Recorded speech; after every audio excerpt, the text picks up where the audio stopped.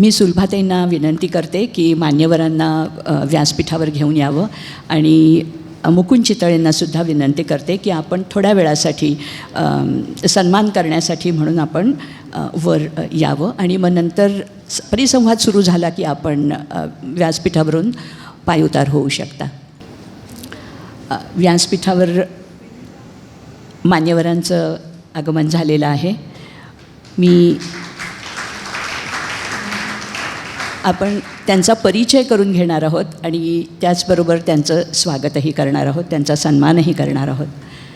पहिली सुरुवात मी डॉक्टर शुभांगी पारकर यांच्यापासून करणार आहे. डॉक्टर शुभांगी मॅडमनी वैद्यकीय पदवी आणि पदव्युत्तर शिक्षण मुंबई आणि स्वित्झर्लंडमधून घेतले. ह्युमन राईट्स अर्थात मानवाधिकार या विषयात पदव्युत्तर शिक्षण घेतले. सेट GS वैद्यकीय महाविद्यालयाच्या भूतपूर्व अधिष्ठाता तसेच अंमली पदार्थ व्यसनमुक्ती केंद्राच्या त्या प्रमुख आहेत. मानसोपचार क्षेत्रातील अनेक पुरस्कारांच्या त्या मानकरी आहेत. विशेष उल्लेख करायचा म्हणजे डॉक्टर BC मार्फतिया पुरस्कार लगातार 3 वेळा त्यांना मिळालेला आहे आणि डॉक्टर AV शहा पुरस्कार 1 नाही 2 नाही तब्बल 5 वेळा त्या पटकावणाऱ्या मानसोपचार तज्ज्ञ आहेत त्या. त्याचबरोबर सावित्रीबाई फुले आणि नवशक्ती पुरस्काराच्याही त्या मानकरी आहेत.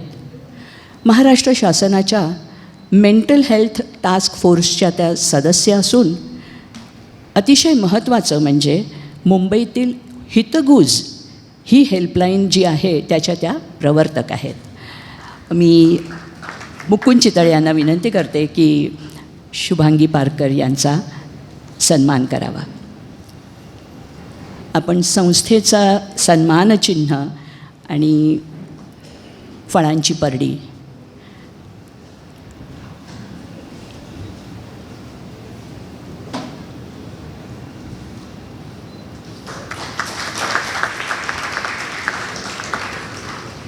दुसरा परिचय मी डॉक्टर दिनेश नारूरकर यांचा करून देणार आहे.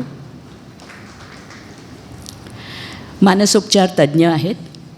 शासकीय सेवेमध्ये 27 वर्ष क्लास 1 ऑफिसर या पदावरून सेवा प्रदान केली आहे. 3 दशकं ते प्रायव्हेट प्रॅक्टिस करत आहेत आणि कम्युनिटी मेंटल हेल्थ या विषयामध्ये त्यांचं विशेष योगदान असून सध्या अंधेरी येथील जीवन विकास केंद्रात निवृत्तीनंतर ते कार्यरत आहेत. मी मुकुंद चितळे यांना विनंती करते की त्यांचाही सन्मान करावा.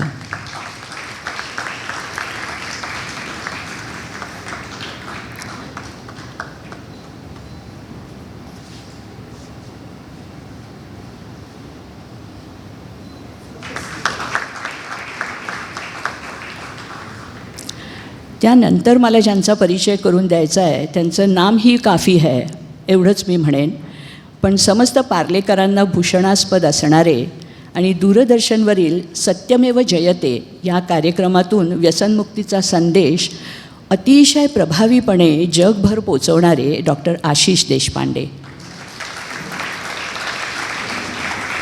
अल्कोहोलिक अनॉनिमस या जागतिक पातळीवरील संस्थेचे भारतातील वरिष्ठ विश्वस्त या नात्याने त्यांनी पूर्वोत्तर राज्यापासून तर दक्षिणेकडील राज्यांपर्यंत आणि विशेषतः महाराष्ट्रातील ग्रामीण भागातील व्यसनमुक्तीच्या उपक्रमांचे प्रमुख मार्गदर्शक आणि प्रशिक्षक म्हणून त्यांनी काम पाहत आहेत. विशेष म्हणजे आत्महत्या आणि कौटुंबिक हिंसाचारासारख्या गुन्ह्यांना आळा घालण्यासाठी तसेच पीडितांना मदत करण्यासाठी राज्यस्तरावर जी मानसिक आरोग्य हेल्पलाईन कार्यरत आहे ती विकसित करण्यासाठी शासनातर्फे त्यांची नियुक्ती झालेली आहे. अनेक पुरस्कारांचे आणि शिष्यवृत्त्यांचे ते मानकरी आहेत आणि गेले 25 वर्षाहून अधिक काळ मानसोपचार क्षेत्रात त्यांचं उल्लेखनीय योगदान आहे. आपण सर्वच जण त्यांना ओळखता आणि बरेच वेळा त्यांचं दर्शन आपल्याला दूरदर्शनवरती होतं.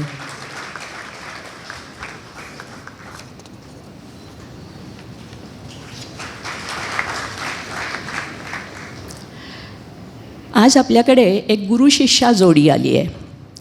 गुरु आहेत डॉक्टर शुभांगी पारकर आणि शिष्या आहेत आजच्या द यंगेस्ट पॅनलिस्ट म्हणून मी त्यांचं संबोधन करू शकते, डॉक्टर विनीता पवार. MBBS JJमधून म्हणजेच ग्रँट मेडिकल कॉलेजमधून, MDचं पदव्युत्तर शिक्षण KEMमधून म्हणजेच GS मेडिकल कॉलेजमधून त्यांनी घेतलं आहे.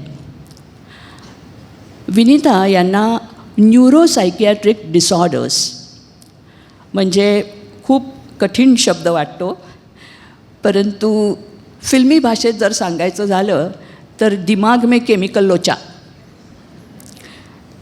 असं म्हणता येईल. ह्या विषयात त्यांची रुची आहे. त्याचबरोबर लहान मुलांमधील मूड डिसऑर्डर्स आणि पौगंडावस्थेतील ईटिंग डिसऑर्डर्स या विषयावर त्यांचा अभ्यास आहे. सध्या सायन हॉस्पिटलमध्ये सिनियर रेसिडेंट म्हणून त्या कार्यरत आहेत आणि जीवन विकास केंद्रातसुद्धा कन्सल्टंट म्हणून आहेत. आणि त्या अतिशय यंग अशा ह्या डॉक्टरांच्याकडून आपलं सगळ्यांचं खूप आम्हाला आशा आहे त्यांच्या. त्या खूप काही आता करून जातील पुढच्या आयुष्यात नक्कीच.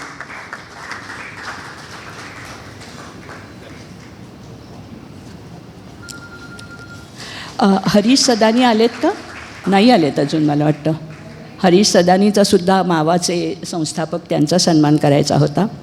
त्याचबरोबर आज आपल्याकडे अनेक मेडिकल प्रोफेशनमधले डॉक्टर्स, दिग्गज लोक आलेले आहेत, तर त्यांचासुद्धा थोडा सन्मान आपण करायला हवा. मी सुलभाताईंना विनंती करते की त्यांचासुद्धा सन्मान करायचा आहे. डॉक्टर नलिन वेमासकर.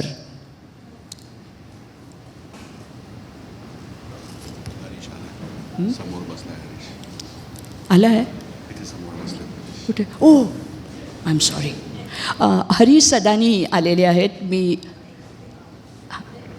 हां, डॉक्टर नलिन वेस्माकरांना आधी सुरुवातीला आपण सन्मान करतो आहे.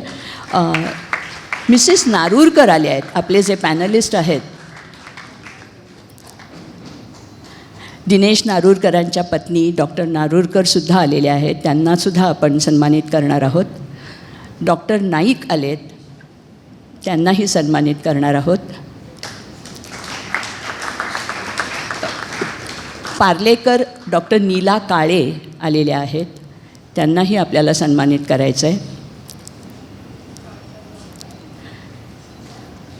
डॉक्टर नीला काळे आणि डॉक्टर अमलानी आलेले आहेत, त्यांनासुद्धा आपण सन्मानित करणार आहोत. डॉक्टर अमलानी.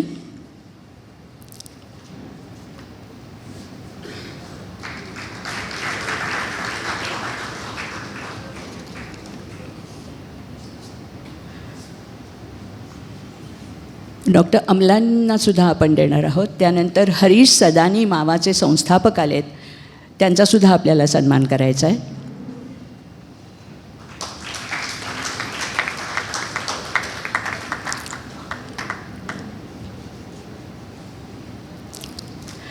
हरीश, पथनाट्याला आपण होतात का? पण छान झालं.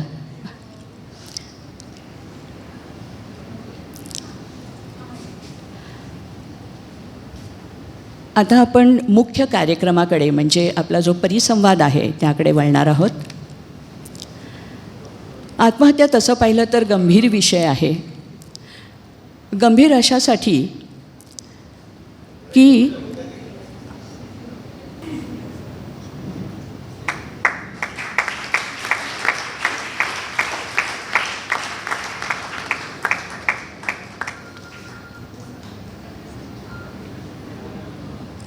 मला असं वाटून गेलं की आपण सुरुवात करू. मी बोलते, तुम्ही ऐका आणि बघासुद्धा.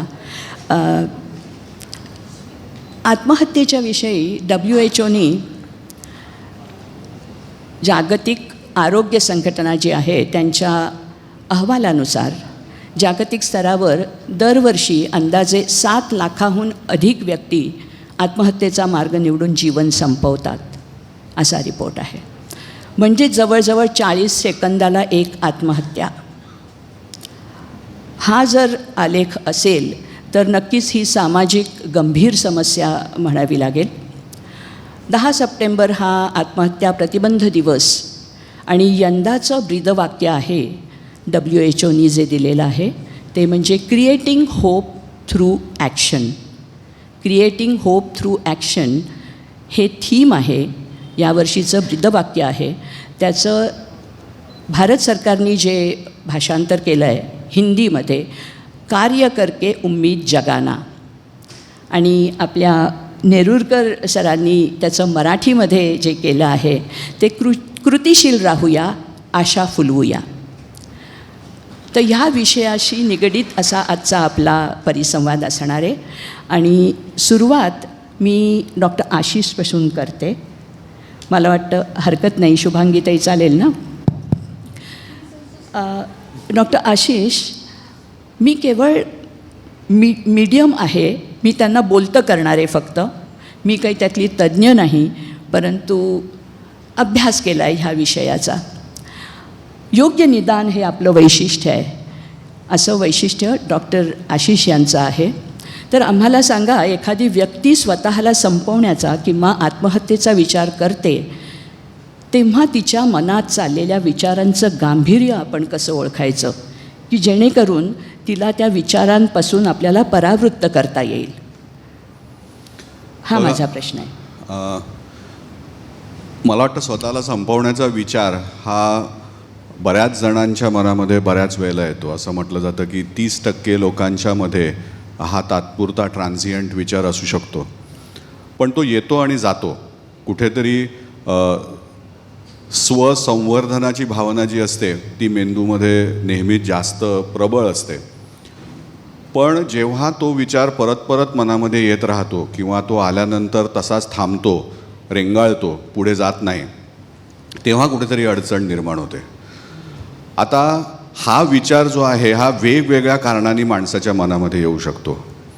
कधी जसा तो सगळ्यांना माहिती आहे की परिस्थिती बिकट झाल्यानंतर त्या व्यक्तीला असं वाटतं की हे जगणं जे आहे ते काही उपयोगाचं नाही, आणि जगण्यासाठी अशी कुठचीही प्रबळ इच्छा त्या माणसाच्या मनामध्ये तयारच होऊ शकत नाही, रुजतच नाही, आणि मग त्याला वाटतं की आता कशाला जगायचं. दुसरे काही विचार असतात आत्महत्येचे, ते अतिशय वेगळ्या पद्धतीने मनामध्ये डोकवायला लागतात, की समाजामध्ये एखादी कुठली तरी चुकीची पद्धत आहे, तऱ्हा आहे, रूढी आहे, त्याच्या विरोधामध्ये मनामध्ये राग राग राग राग राग येतो, आणि असं वाटतं की त्या कारणासाठी मी मला स्वतःला जाळून घेतो, किंवा मी मला स्वतःला क्लेश देतो, किंवा मी माझं जीवन संपवतो ज्याच्यामुळे लोकांपर्यंत माझी भावना समजू शकेल. त्यामुळे लोकांच्या भल्यासाठी मला काहीतरी करावं असं वाटतं. कधीकधी असं देखील असतं की आपल्याला काहीतरी हवं आहे पण ते मागता येत नाही, किंवा ते मागण्यासाठी आपल्याकडे जे काही मनाच्या तऱ्हा असतात, मनाच्या पद्धती असतात आपल्या मनातलं व्यक्त करण्याच्या किंवा आपल्या मनासारखं घडवून आणण्याच्या, त्या स्किल्समध्ये एखादा व्यक्ती कमी असतो, आणि मग वारंवार त्या व्यक्तीला कुठेतरी अडचणी निर्माण होतात. मग त्या सामाजिक असतील, आर्थिक असतील, कुठच्याही असतील, पण त्याचे पडसाद जे आहेत ते सतत फक्त मनावरती पडत राहतात. आता अशा विविध गोष्टींमुळे माणसाच्या मनामध्ये आत्महत्येचे विचार येतात, आणि ते आत्महत्येचे विचार आल्यानंतर प्रत्येक वेळेला प्रत्येक माणूस येताच तो कृती करत नाही. तो त्याच्यावरती काहीतरी कुरघोडी करण्याचा प्रयत्न करत असतो, आणि जेव्हा ते कुरघोडी करण्याचे सगळे प्रयत्न त्याला असफल होताना दिसतात तेव्हा मात्र कुठेतरी त्याचा संयम सुटतो, आणि तो म्हणजे जसं बॉक्सिंग रिंगमध्ये टॉवेल टाकतात ना की आता हा फाईट करू शकत नाही, तसं कुठेतरी गिवन अप रिॲक्शन येते. आणि जेव्हा ती गिवन अप रिॲक्शन येते तेव्हा मात्र ती व्यक्ती जी आहे ती एका वेगळ्याच प्रकारे विचार करायला लागते. कधीकधी आपल्याला वाटतं की जो माणूस उदास असतो, बेचैन असतो, तोच आत्महत्या करतो, पण जेव्हा आत्महत्येची निश्चिती होते तेव्हा त्या व्यक्तीला आपल्याला काहीतरी उत्तर मिळाल्याचं वाटायला लागतं, आणि तो उदास माणूस हा अचानक त्याचं टेन्शन गेल्यासारखं व्हायला लागतं, आणि मग तो आपल्याकडच्या गोष्टी ज्या आहेत, ज्या त्याच्या जवळच्या किंवा त्याच्या आवडीच्या असतील त्या तो त्याच्या नातेवाईकांना, मित्रांना वगैरे द्यायला लागतो, त्यांना फोन करायला लागतो. बरेच दिवस त्याने फोन केलेला नसतो, आणि तो अचानक सगळ्यांना फोन करायला, जसा काही तो शेवटचा निरोपच घेतो आहे. आणि मग लोकांना काय वाटतं की अरे हा बरा झाला, त्याच्या दुःखातनं बाहेर पडला, आणि नंतर अचानक न्यूज येते की अरे त्याने काहीतरी असं काहीतरी केलं. त्यामुळे बेचैनी, नैराश्य, राग, लोकांच्यापासनं, कुटुंबियांपासनं दूर जाणं, ह्याचबरोबर जेव्हा असे सिम्पटम्स येतात की असं काहीतरी झाल्यानंतर अचानक त्याच्यामध्ये चांगला, जो काही असं वाटतं की आपल्याला खूप चांगला बदल झाला आहे असा त्याच्यामध्ये दिसायला लागतं, तेव्हासुद्धा आत्महत्येचे विचार हे त्याच्या मनामध्ये दृढ झालेले असू शकतात. आता बरेच वेळेला काही व्यक्तिमत्व असतात की ज्याच्यामध्ये बरेच वेळेला हा प्रयत्न वारंवार केला जातो. असं म्हटलं जातं की जगण्याची प्रबळ इच्छा न होण्यासाठी काही सामाजिक नातीच तयार झालेली नाही, ज्याला आम्ही सोशल स्किल्स डेफिसिट्स म्हणतो. जर एखाद्या व्यक्तीला समाजाशी जोडण्यामध्ये सतत काही वारंवार अडचणी येत असतील तर त्या व्यक्तीमध्ये आत्महत्येचं प्रमाण जे आहे ते जास्त असू शकतं. जर एखाद्या व्यक्तीने आत्महत्या करायचा प्रयत्न केला असेल, असफल, साहजिकच जर असफल असेल, तर पुढच्या 1 वर्षामध्ये परत त्याच्याकडनं आत्महत्येचा प्रयत्न करण्याची शक्यता जी आहे ती 80% जास्त असते बाकीच्या लोकांच्यापेक्षा. त्यामुळे कुठल्याही व्यक्तीने असा असफल प्रयत्न केला असेल तर तो हाय रिस्क असाच ठरतो.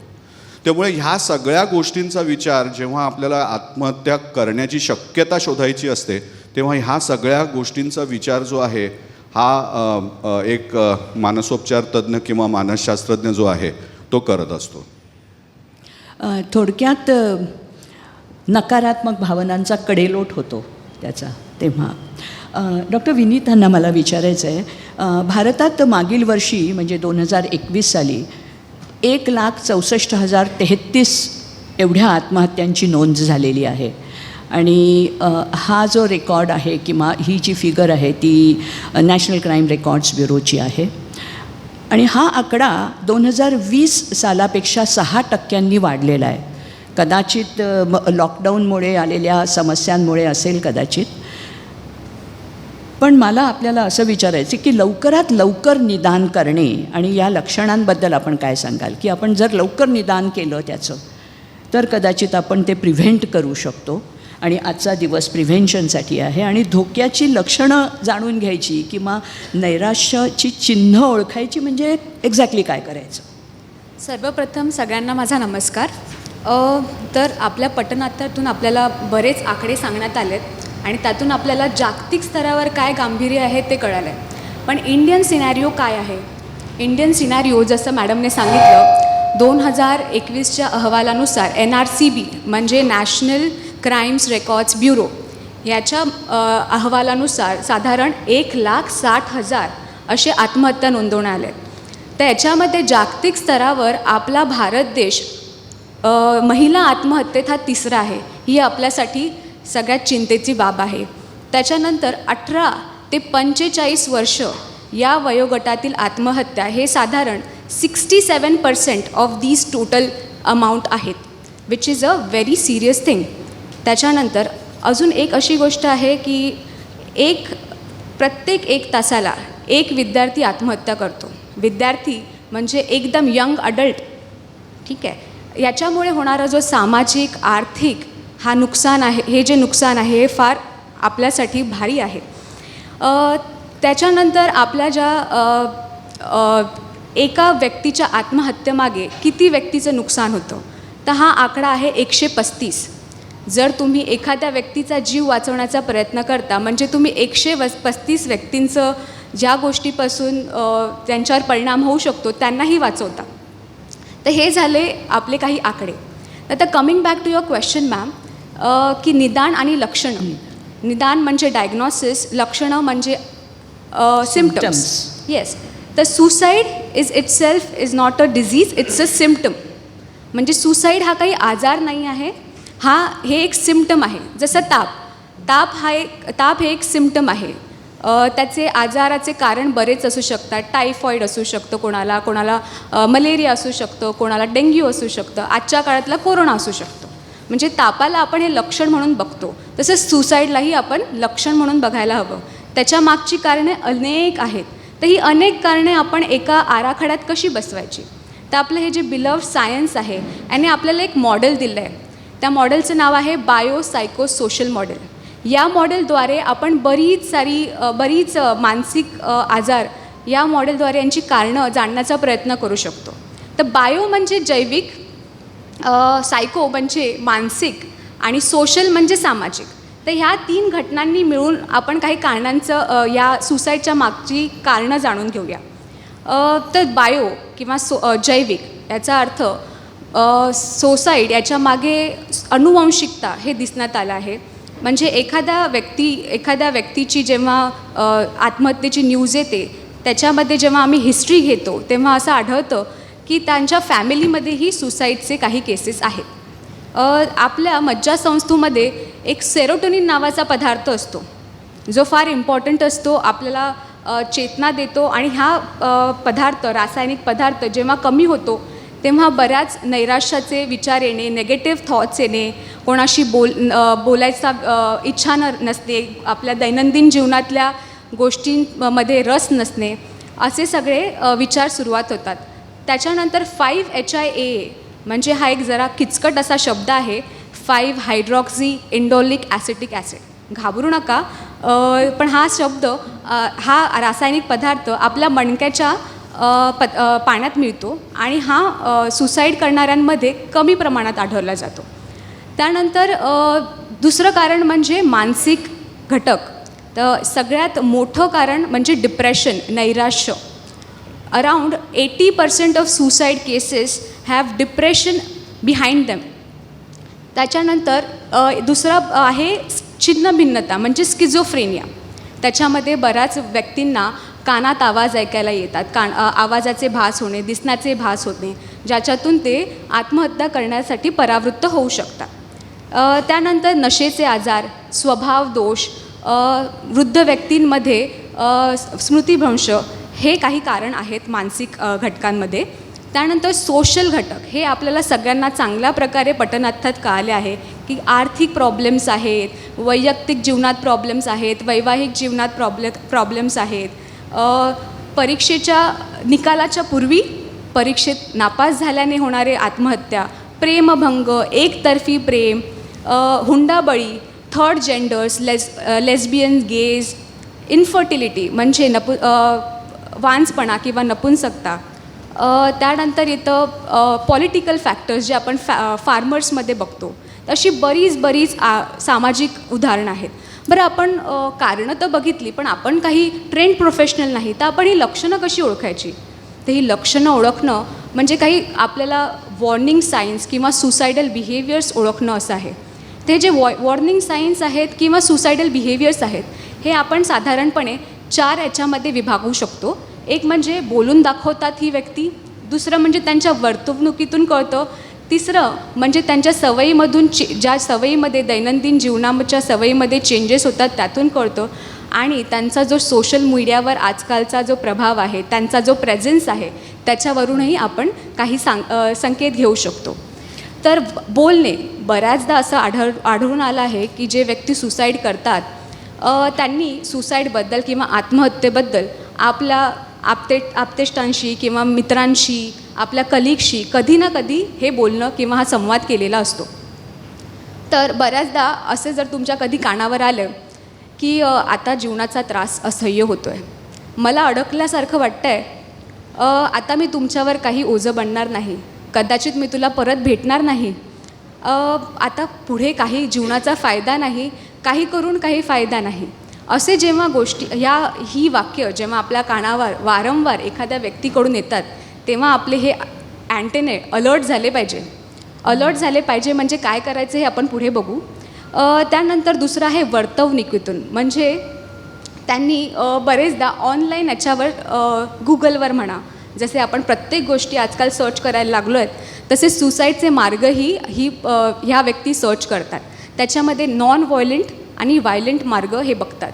तर नॉन व्हायलेंटमध्ये काय की आपल्याला एकदम शांतपणे मृत्यू यावा, आत्महत्या आपली एकदम शांतपणे व्हावी, काही आपल्याला त्रास होऊ नये, आपल्यालाही होऊ नये, घरच्यांनाही होऊ नये आणि कोणाला कळवू नये की आपण आत्महत्या करतो आहे. तर त्याच्यामध्ये बऱ्याचदा असं दिसून आलं आहे की ते पॉयझन, पेस्टिसाइड्स किंवा पिल्स खरेदी करून ठेवतात. काही व्हायलेंट याच्यामध्ये गळ्याचा फास लावण्यासाठी रोप्स, गन अशी ही व्यक्ती ह्या गोष्टींना त्यांचं खरेदी चालू असते, त्याच्यासाठी प्लॅनिंग चालू असते. त्यानंतर येतं ऑनलाईन मीडियावरचा जो प्रेझेन्स आहे. तर आता प्रत्येक व्यक्ती इंस्टाग्रामवर, फेसबुकवर, व्हॉट्सॲपवर, सगळ्या सोशल मीडिया ॲपवर असतो. तर बऱ्याचदा हे व्यक्ती रहस्यमयी स्टेटस ठेवतात, रहस्यमयी पोस्ट टाकतात. बऱ्याचदा जे यंग मुलं आहेत, आजकालची जी यंग पिढी आहेत, हे आपल्याला ज्यांना आपल्या लोकांशी बोलता येत नाही, पण मीडियावर लगेच एखादी गोष्ट टाकता येते, तर त्यामध्ये रहस्यमयी पोस्ट करणे हेही एक आपल्याला संकेत देऊन जातं. त्यानंतर आपल्या दैनंदिन सवयीमध्ये चेंजेस म्हणजे आपल्या खाण्यापिण्यामध्ये चेंजेस, झोपण्याच्या वेळांमध्ये बदल, मानसिक स्थिती, मनस्थिती ही सारखी वर खाली होणे. कधी चांगला वाटतो आहे हा व्यक्ती आणि कधी उदास वागतो आहे, कधी अचानक राग करतो आहे, कधी शांत आहे, कधी स्वतःला लोकांपासून दूर करून ठेवला आहे आणि कधी अचानक मिसळायला लागला आहे. कधी लोकांना कॉल ज्यांच्याशी कधीच बोलले नाही अशा सगळ्या नातेवाईकांना एकदम कॉल करतो आहे. त्यानंतर आपली प्रॉपर्टी आहे त्याचं वाटप करतो आहे. आपल्याकडे असलेले त्याच्या आवडीच्या ज्या पण गोष्टी आहेत त्याचं वाटप करतो आहे. ही पर्टिक्युलर गोष्ट माझ्या आवडीची आहे, माझ्या बाबांनी दिली आहे, ही तू ठेव. हे माझ्या आईने दिले, हे तू ठेव. असं जेव्हा वाटप करायला सुरुवात करते तेव्हा आपल्याला एक प्रकारचं एक संकेत मिळतो की कदाचित ही व्यक्ती येस. डॉक्टर विनीता, आपल्याला सायन हॉस्पिटलमधला जी 24 तासाची हेल्पलाईन आहे त्याचा दांडगा अनुभव आहे. पण ही जी लक्षणं आहेत ती हेल्पलाईनवरून किंवा समुपदेशनामधून तुम्ही त्याच्यावरती मात करता का, किंवा व्यक्तीसमोर नसताना तुम्ही हेल्पलाईनवरती कसं त्यांना समुपदेशनामधून आपण आत्महत्येला परावृत्त करू शकतो का? येस. तर मॅम, समुपदेशन म्हणजे काउन्सिलिंग हा मानसिक शास्त्राचाच एक महत्त्वाचा भाग आहे. तर प्रत्येक सायकॅट्रिक प्रॉब्लेम आम्ही काउन्सिलिंग प्रत्येकाला रेकमेंड करतो. तर काउन्सिलिंग म्हणजे काय, तर आपल्याला प्रत्येकाच्या जीवनामध्ये ताणतणाव असतात, पण त्याच्यावर मात करण्यासाठी आपण ज्याला कोपिंग स्किल्स म्हणतो किंवा मात करण्याची क्षमता. स्किल्स म्हणजे झाले कौशल्य ही गोष्ट आत्मसात करण्यासारखी आहे. तर समुपदेशनातून आत्मसात हेल्पलाईनचा नंबर आपण सांगू शकाल? मॅम, मला आता लक्षात नाही आहे एकदम. ओके. पण नक्कीच मी तुम्हाला देईन याच्यानंतर. आता आपण डॉक्टर दिनेशकडे आपण वळतोय. आत्महत्येबद्दल समज किंवा गैरसमज. आता आत्महत्या म्हणजे भ्याडपणा का, हा समज गैर आहे का, किंवा एखाद्या व्यक्तीच्या मनात आत्महत्येचे विचार का आणि कसे येतात, एखाद्या अदृश्य शक्तीचा काहीतरी प्रभाव आहे का, असे काही गैरसमज असतात. त्याबद्दल आपण काय सांगाल?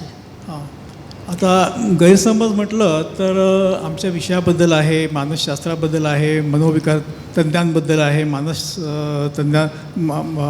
मानसोपचार तज्ज्ञांबद्दल आहे, आमच्या विषयाबद्दल आहे. सगळ्यात महत्त्वाचं म्हणजे मनोरुग्णाबद्दल गैरसमज अनेक आहेत. एक मी घटना सांगतो. आता गणेशोत्सव नुकताच पार पाडलेला आहे. आजच्या दिवशी नायर हॉस्पिटलमध्ये मी 35 वर्षापूर्वी काम करत होतो, तेव्हा एक घटना झाली. छोटी घटना आहे, ती तुम्हाला सांगतो मी. म्हणजे गैरसमज कसे असतात लोकांचे आणि त्यामुळे लोकांचं, पेशंटचं, रुग्णांचं नुकसान कसं होतं हे समजेल. आजच्या दिवशी म्हणजे अनंत चतुर्दशीच्या दुसऱ्या दिवशी OPDमध्ये मी बसलो होतो. ते पेशंट एका पेशंटला घेऊन आले. म्हणजे ग्रामीण भागातनं पेशंट आला होता. त्या पेशंटच्या हाताला मोठा फोड आला होता आणि दोन्ही हात बांधले होते, दोन्ही हात करकचून बांधले होते, दोन्ही हाताला जखमा झाल्या होत्या आणि रक्त आणि त्यातनं पू वाहत होता, म्हणजे पस वाहत होता. तर आम्ही त्याच्याबरोबर 4-5 माणसं होती. हा मुलगा अंदाजे 24-25 वर्षाचा मुलगा होता. आम्ही त्याला विचारलं की बाबा रे काय हे, मला बांधलं कशाला, काय झालं आणि एवढं हा इथे हाताला फोड का आला आहे. तर त्यांनी सांगितलं की हा गणपतीच्या आदल्या दिवशी म्हणजे गणेश चतुर्थीच्या आदल्या दिवशी याला हा वेड्यासारखा बोलायला लागला आणि मोठमोठ्याने ओरडायला लागला आणि व्हायलंट झाला. त्याच्या आधी त्याला ट्रीटमेंट चालू होती, पण त्याचं म्हणजे त्याला आपण ज्याला रिलॅप्स म्हणतो, आजार पुन्हा झाला. तर त्याच्या हातावर आम्ही निखारा ठेवला, जळता निखारा ठेवला. आणि जळता निखारा ठेवला भूत बाधा झालेली आहे की ज्या पिशाची बाधा झाली असं आमच्या देवऋषीने आम्हाला सांगितलं, आमच्या पुजारी कोण जो असतो सांगितलं. तर जळता निखारा ठेवला, जोपर्यंत तो ओरडत नाही तोपर्यंत त्या भूताला तो निखारा लागतो आणि जेव्हा ओरडायला सुरुवात होईल तेव्हा मग तो भूत पळून गेलं आणि त्या माणसाला तो जो रुग्ण आहे त्याला तो निखाराचा चटका बसतो असं आमचं त्यांनी सांगितलं. पण तो काय ओरडला नाही, काही नाही. आणि नंतर मग दुसऱ्या दिवशी गणपती आला, तर नंतर मग गणपती उत्सवामध्ये आम्ही हॉस्पिटलमध्ये जात नाही. म्हणजे एवढा मोठा गैरसमज. गणपती उत्सव म्हणजे याला बांधून ठेवला, त्याला 10 दिवस गणपती अनंत चतुर्दशी होईपर्यंत त्याला एका खोलीमध्ये बांधून ठेवला होता. दोन्ही हात करकचून बांधले होते आणि मग हे झाल्यावर आजच्या दिवशी त्याला हॉस्पिटलमध्ये आणला. म्हणजे बघा, म्हणजे आणि काही होत नाही, तो बरा होत नाही म्हटल्यावर आता हॉस्पिटलमध्ये जाणं भाग आहे. त्यामुळे त्याला आम्ही हॉस्पिटलमध्ये घेऊन आलो. तर अशा प्रकारचे गैरसमज मनोविकारांबद्दल आहेत, पेशंटबद्दल आहेत, हे आजारांबद्दल आहेत. आता पण आपण जर आत्महत्येचा प्रयत्न केला आणि तो फसला, अशा व्यक्तींच्या मनाची अवस्था काय असते? किंवा ती व्यक्ती कळत नकळत काही संकेत देत असते का? हो. कसं असतं की याच्याबद्दल आत्महत्येबद्दल गैरसमज जे आहे त्याच्यामधला सगळ्यात मोठा आणि पहिला गैरसमज म्हणजे काय, जो बोलतो तो करत नाही. म्हणजे आत्महत्येबद्दल जो बोलतो, जो बोलून दाखवतो, आत्महत्या ज्याला करायची असते, ज्याच्या मनामध्ये आत्महत्येचे विचार असतात, तो वेळोवेळी ते विचार व्यक्त करतो, प्रत्यक्ष किंवा अप्रत्यक्षपणे. आणि तो सांगतो मला जगण्याचा कंटाळा आलेला आहे, मला जगायचं नाही आहे, मला जीवन निरर्थक वाटतं आहे आणि सगळं संपवावंसं वाटतं आहे. पण ह्याच्याकडे दुर्लक्ष केलं जातं आणि असं समजलं जातं की हा बोलतो तो करणार काय आहे, जो गरजतो तो पडणार काय आहे, जो गरजता आहे वो बरसेगा क्या, असं समजण्यात येतं आणि मग त्याच्या बोलण्याकडे दुर्लक्ष करण्यात येतं. शेवटी त्या माणसाला कळतं की आपल्याला कोणतीच मदत मिळत नाही, कोणतीच मदत देत नाही आणि मग तो आत्महत्येचा प्रयत्न करतो. तर हा पहिला गैरसमज आत्महत्येबद्दल आहे. दुसरा गैरसमज असा आहे की आत्महत्या ज्याच्या मनामध्ये आत्महत्येचे विचार आहेत किंवा डिप्रेशनचा पेशंट जो आहे, ज्याला डिप्रेशनमध्ये मनोनैराश्य, डिप्रेशनचा जो पेशंट आहे त्या पेशंटशी आपण आत्महत्येबद्दल बोलू नये. कारण उगाच त्याच्या मनामध्ये समजा विचार असेल आत्महत्येचा तर त्याला बढावा मिळेल, त्याला एन्करेजमेंट मिळेल किंवा उत्तेजन मिळेल. त्यामुळे आत्महत्येच्या विचाराबद्दल बोलायला लोक कचरतात किंवा बोलत नाहीत. प्रत्यक्ष असं असतं, वास्तवता अशी आहे की आत्महत्येचे विचार ज्या माणसाच्या मनात असतात, ज्या रुग्णाच्या मनात असतात, त्याला त्याच्याबद्दल बोलायला आवडतं. त्याला नेहमी वाटतं की कोणीतरी माझे विचार मला विचारावं, माझे विचार शेअर करायला कोणीतरी मला भेटावं आणि त्याला ते विचार शेअर केल्यानंतर बरं वाटतं आणि त्यातनं त्याची सुटका होऊ शकते. नंतर तिसरा एक गैरसमज असा आहे आत्महत्येबद्दल की आत्महत्येची लोक काही लोक आत्महत्येची धमकी देतात म्हणजे हे असं झालं पाहिजे, नाही तर मी जीव देईन, नाही तर मी रेल्वेखाली जाईन आणि आत्महत्या करीत वगैरे. तर धमकी देणारा काय, धमकी देणारा हा भित्रा माणूस आहे, जर हिंमत असेल तर करून दाखव, अशा प्रकारे त्याची घरातली माणसं म्हणा किंवा त्याच्या शेजारचे माणसं, त्याची मित्र वगैरे सांगतात. तर ही धमकी तो प्रत्यक्षात उतरवू शकतो. आता कसं असतं की आधी पहिला जर म्हटलं मी की माणूस इशारा देतो किंवा संकेत देतो की मला माझं जीवन संपवायचं आहे, तर हा पण इशारा असतो, पण भाषा मात्र धमकीची असते. त्यामुळे ही धमकी ही सिरियसली घ्यायची असते, अत्यंत गंभीरपणे घ्यायची असते आणि त्याच्याविषयी कारवाई करायची असते. चौथा गैरसमज असा आहे या आत्महत्येबद्दल की डिप्रेशनचा जो पेशंट असतो त्या पेशंटशी आत्महत्येबद्दल बोलू नये. कारण नसलेले विचार त्याच्या मनामध्ये टाकतो आपण, असं वाटतं की त्याच्या मनामध्ये आत्महत्येबद्दल काही विचार नाही आहेत, त्याला काय आपण जर आत्महत्येबद्दल विचारलं त्याला तर त्याचं बीजारोपण म्हणजे आत्महत्येच्या विचारांचं बीजारोपण त्याच्या मनामध्ये आपण करण्याची शक्यता आहे. त्यामुळे आत्महत्येबद्दल कोणी बोलत नाही. खरं म्हणजे ज्याच्या मनामध्ये विचार असतात तो स्पष्ट सांगतो की मला जीवन संपवावं वाटतं आहे आणि ज्याच्या मनामध्ये ते विचार नसतात तो स्पष्ट सांगतो की मला असं काही नाही आहे. प्रत्येक डिप्रेशनच्या पेशंटमध्ये आत्महत्येचे विचार असतीलच असं काही नाही आहे. त्यामुळे आपण त्याला विचारलं आत्महत्येबद्दल तर त्याचं आत्महत्येचं बीजारोपण आपण करतो असं काही नसतं. ओके. पण एखाद्या व्यक्तीने जो कळत नकळत जो इशारा दिला आहे, हो, तर त्या बाबतीत आपण जर काही वेळेवरती ॲक्शन घेतली, असं काही उदाहरण तुम्ही सांगू शकता? तसं एक उदाहरण माझ्याच आयुष्यात आलेलं आहे, ते मला आठवतं आहे आता मी नायर हॉस्पिटलमध्ये जेव्हा शिकवत होतो, म्हणजे पुन्हा ही 35 वर्षापूर्वीची गोष्ट आहे, तेव्हा मी आमच्या HOD म्हणजे आमचे विभाग प्रमुख यांच्यासमोर बसून आम्ही पेशंट पाहत होतो. आणि त्यावेळी आमच्या डीन सरांचा निरोप आला की लगेच निघून या, इमर्जन्सी आहे, जे हातातलं काम आहे ते टाकून या.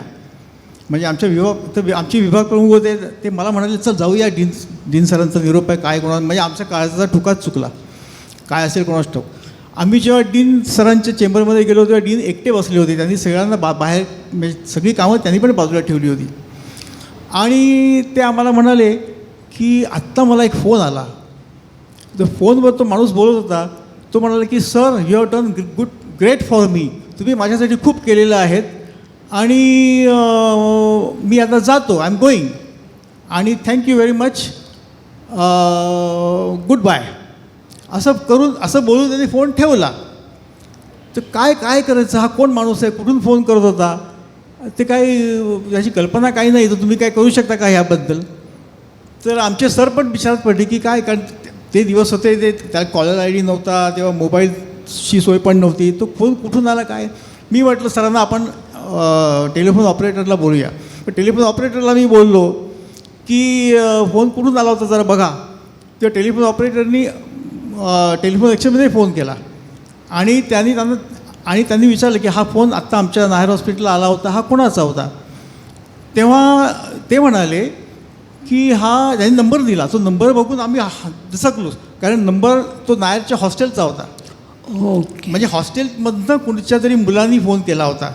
आणि 11-11:30ची गोष्ट होती. बहुतेक हॉस्टेलमध्ये कोणी नसतं, सगळे आपल्या लेक्चर्सला किंवा वॉर्डला गेलेले असतात. तर आम्हाला लगेच सर म्हणाले चला आता लगेच जाऊया आपण, कारण काय सरांच्या अंडर काही 8-9 मुलं ट्रीटमेंट घेत होती, काही हॉस्टेलमध्ये राहत होती, काही आपल्या घरी राहत होती. तर हॉस्टेलमधला फोन आला म्हणजे हा मुलगा हॉस्टेलमध्ये असला पाहिजे. आणि नक्कीच त्यांनी हा इशारा दिलेला आहे, तुम्ही माझ्यासाठी खूप केलं, you have done great for me, goodbye, I am going, असं म्हटल्यावर त्यांनी फोन केलेला आहे. याचा अर्थ की ही धोक्याची सूचना आहे. आम्ही लगेच टॅक्सी करून हॉस्टेलला गेलो, मी आणि आमचे सर. आणि तिकडे तो सिक्युरिटी गार्ड होता, त्याला विचारलं की आत्ता कोणी फोन केला इथे. तर तो म्हणाला की हां, एक मुलगा आहे, तो आफ्रिकेचा मुलगा, म्हणजे हा मुलगा जो होता इंडियन ओरिजिन होता, पण आफ्रिकेतला होता आणि इथे शिकायला आला होता, त्यांनी फोन केला होता. तो कुठे आहे, तो रूममध्ये आहे का कुठे आहे. त्याने तो म्हणाला, सिक्युरिटी गार्ड म्हणाला तो गेला, बाहेर गेला, तो त्या दिशेने गेला. कोणत्या दिशेने गेला, ह्या दिशेने गेला. नायरचं हॉस्टेल आहे ते हाजी अलीला आहे. तर आम्ही त्या दिशेनं गेलो, मी आणि सर. आणि ती दिशा म्हणजे तो तिकडे तो रस्ता जात होता हाजी अली सर्कलकडे. त्या सर्कलकडे गेल्यानंतर मग आम्हाला पुन्हा प्रश्न पडला, कारण तिकडे 4 रस्ते एकत्र मिळतात. मग आम्ही त्या तिकडच्या ट्रॅफिक पोलिसला विचारलं की असा कपडे घातलेला, लाल टी-शर्ट आणि ब्लू जीन्स असा मुलगा इथे गेला का कोण. तो म्हणाला हो गेला. कुठच्या दिशेने गेला, तर त्या दिशेने गेला. तर ती दिशा म्हणजे हाजी अली दर्गा जो आहे त्या दिशेला. तर आम्ही आमच्याबरोबर नायर त्या हॉस्टेलचा एक सिक्युरिटी गार्ड घेतला होता, म्हणजे चांगला धष्टपुष्ट दणकट माणूस, म्हणजे ज्याला आजच्या भाषेमध्ये आपण बाउन्सर म्हणतो, असा मी घेतला होता. कारण काय सरांनी मुद्दाम घेतला, कारण समजा त्यांनी काय विरोध केला तर आम्हाला आवडणार नाही. कोणीतरी चांगला पाहिजे माणूस. म्हणजे त्याच्या आत्महत्येला आपण प्रतिबंध करू शकला नाही. म्हणजे कसं, आणि नंतर मग आम्हाला तो दिसला मुलगा जात होता दिसला, त्याला जाऊन धरला आम्ही. तो हाजी अलीच्या दर्ग्याकडे जात होता. तो आम्हाला बघितलं, त्याला आश्चर्य वाटलं की हे कसे काय आले इथे. मग त्याला आम्ही हॉस्पिटलमध्ये आणला, त्याला ॲडमिट केला. आणि तो म्हणाला की त्याला मानसिक आजार होता आणि तो 3 का 4 अटेम्प्ट्स केले होते त्यांनी, पण तो पास होत नव्हता परीक्षेमध्ये. तेव्हा मग त्याच्या आईवडिलांना आफ्रिकेतनं बोलवलं आणि मग त्याला त्याच्या घरी पाठवलं. पुढे काय झालं हे माहिती, पण त्यावेळी तरी आम्ही त्याला वाचवलं. कारण त्यांनी जो इशारा दिला होता तो त्या अशा प्रकारे, कारण हे कसं असतं की त्यांनी आमचे आभार मानायला फोन केला की तुम्ही माझ्यासाठी खूप केलं, पण मी काही सुधरू शकत नाही आहे, माझ्या नशिबात काही पास होण्याची शक्यता नाही आहे, त्यामुळे माझं जीवन संपवतो. तो इशारा आपण समजला. आता आपण डॉक्टर शुभांगींच्याकडे वळूया. त्यांचा खूप मोठा अनुभव आहे यामध्ये. शुभांगीताई, भारतामध्ये 2020मध्ये 18 वर्षाखालील म्हणजे पौगंडावस्थातील जे मुलं मुली, त्यांच्या 11,396 आत्महत्यांची नोंद झाली आहे. अर्थातच हे खूप गंभीर आहे. तसं पाहिलं तर आपण तरुणाई म्हणजे एक उत्साहाचा धबधबा किंवा आनंदाचं कारंजो असं म्हणतो. मग हे 18 ते 35 वर्षातले जे तरुण आहेत त्या आत्महत्येस का प्रवृत्त होतात? किंवा बाललैंगिक शोषणसुद्धा याच्यामध्ये काही कारण आहे का? किंवा महाराष्ट्र शासनाचे जे काही योजना आहेत की मनोधैर्य योजना, त्याच्यामध्ये 65% केसेस बाललैंगिक शोषणाच्या येतात. तर ह्यामुळे काही हे होतं का? तरुणाईचा काळ किंवा पौगंडावस्थेचा काळ हा धड चाइल्डहूड किंवा बचपना नसतो आणि प्रौढत्वसुद्धा नसतं. असा मधल्यामध्ये एक आयुष्यातला त्रिशंकू काळ असतो, ज्याला आपण ट्रान्झिशनल स्टेज असं म्हणतो, की तो फ्लुईड असतो, की तुम्ही इथेही नसता आणि तिथेही नसता. तर याच्यामध्ये जी प्रौढामध्ये ज्याला आपण ॲडल्ट विजडम म्हणतो तो नसतो. कारण कॉग्नायटिव्ह थिंकिंग जे असतं ते तितकं मॅच्युअर नसतं, प्रगल्भ नसतं. त्यामुळे त्या वयामध्ये जो काही लॉस होतो तो प्रोफाऊंड वाटतो, म्हणजे तो टोकाचा लॉस वाटतो. मग तो मित्र असो, अगदी म्हणजे मी अगदी ज्यांचं पेट वारलं आहे, आपला पाळीव प्राणी वारला आहे, किंवा वडिलांचा जॉब गेला, किंवा वडील आईला मारतात, अशा कारणाने सुद्धा ॲडोलेसंट मुलं जी असतात ती आत्महत्या करतात. पण ॲडोलेसंट किंवा यूथ हा वल्नरेबल पिरियड आहे. आणि तो वल्नरेबल पिरियड अशासाठी आहे की तो संपूर्ण आमच्या शास्त्रामध्ये न्यूरोसायन्समध्ये त्या वयामध्ये अनेक गोष्टी होतात. तुम्हाला व्यसन त्या वयात लागू शकतं. तुम्हाला साधारणतः जे महत्त्वाचे मानसिक आजार आहेत हे त्या वयात येतात. तर तो जो जेनेटिक लोडिंगवरती बेस असेल, पण ते जे वय आहे हे अत्यंत महत्त्वाचं असतं. म्हणजे की आम्ही जेव्हा शाळांमध्ये शिक्षकांसाठी लेक्चर घेतो तेव्हाही आम्ही हे सांगायचा प्रयत्न करतो की हे एक क्रॅक गेलेला ग्लास आहे, ओके, त्याच्यामध्ये फार गरम पाणी टाकू नका तुम्ही, कारण की तिथे मग तो म्हणजे की आम्ही आता बघितलेले आहेत आत्महत्येचे प्रयत्न केलेल्या अनेक केसेसमध्ये आम्ही स्किझोफ्रेनिया डायग्नोज केला आहे, डिप्रेशन डायग्नोज केलेलं आहे. आणि कधी कधी माझे स्टुडंट असे मजेमध्ये म्हणतात, मॅडम चुकीचं आहे पण सायंटिफिकली ते करेक्ट आहे, बरं झालं ना त्याने आत्महत्येचा प्रयत्न केला, नाहीतर तो कधीच ट्रीटमेंटला आला नसता, कधीच त्याचा स्किझोफ्रेनिया डायग्नोज नसता झाला.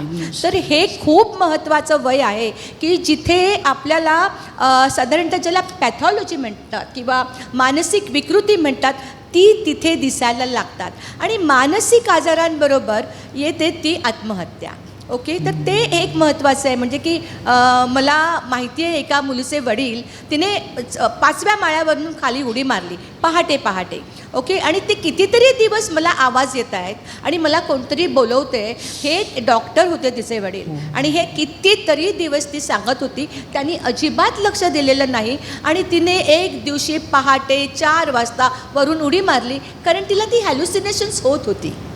ती वाचली ही गोष्ट वेगळी, तिचे अनेक ऑपरेशन झाली, तिचा जबडा ठीक केला, पण तिला स्किझोफ्रेनिया. अशी अनंत उदाहरणं आहेत. किंवा काही मुलं आमची ह्या लहान वयामध्ये अल्कोहोल, कॅनॅबिस, चरस याकडे वळतात आणि ती कधी कधी हे जे मानसिक आजारचे जे व्हायब्रेशन त्यांना जाणवतात त्यांना लपवायला ती या गोष्टींमध्ये अडकतात. तर हे फार एक ज्याला आपण म्हणतो आयुष्यातलं रेड सिग्नल असलेलं वय आहे आणि तिथे आपल्याला लक्ष द्यायला लागतं. दुसरी महत्त्वाची गोष्ट म्हणजे याच वयात अनेक स्वप्न असतात आणि एक ब्लॉक्ड अपॉर्च्युनिटी मॉडेल म्हणून आम्ही सुईसाईडमध्ये म्हणतो. तिथे कसं असतं की आपण म्हणतो छान आपली मुलं शिकली, शिक्षण घेतलं, आणि आज आता 90% किती मुलं असतात, 95% किती मुलं असतात, पूर्वीसारखं नाही आहे, अनेक मुलं असतात. आणि आपण जर असा विचार केला की ती एका प्रवाहात सगळी धावत आहेत, ओके, आणि त्यांना कुठेतरी पोचायचं आहे. पण होतं काय की त्या प्रवाहात धावत जातात तो पॅरलल धावत नाही आहे, अजिबात धावत नाही. म्हणजे यातल्या प्रत्येक मुलाला सिमिलर अपॉर्च्युनिटी मिळेल हे शक्यच नाही आहे.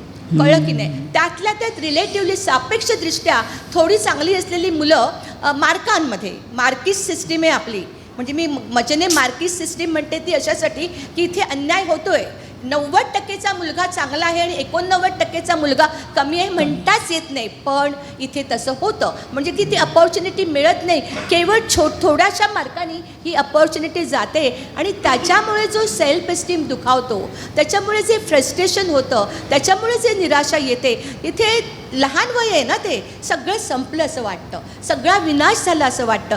कारण तिथे कॉग्नायटिव्ह एरर आहे. आपण अजून त्या दृष्टीतनं विचार केलेले नाही आहेत आणि म्हणून डिप्रेशन वगैरे या गोष्टी येतात.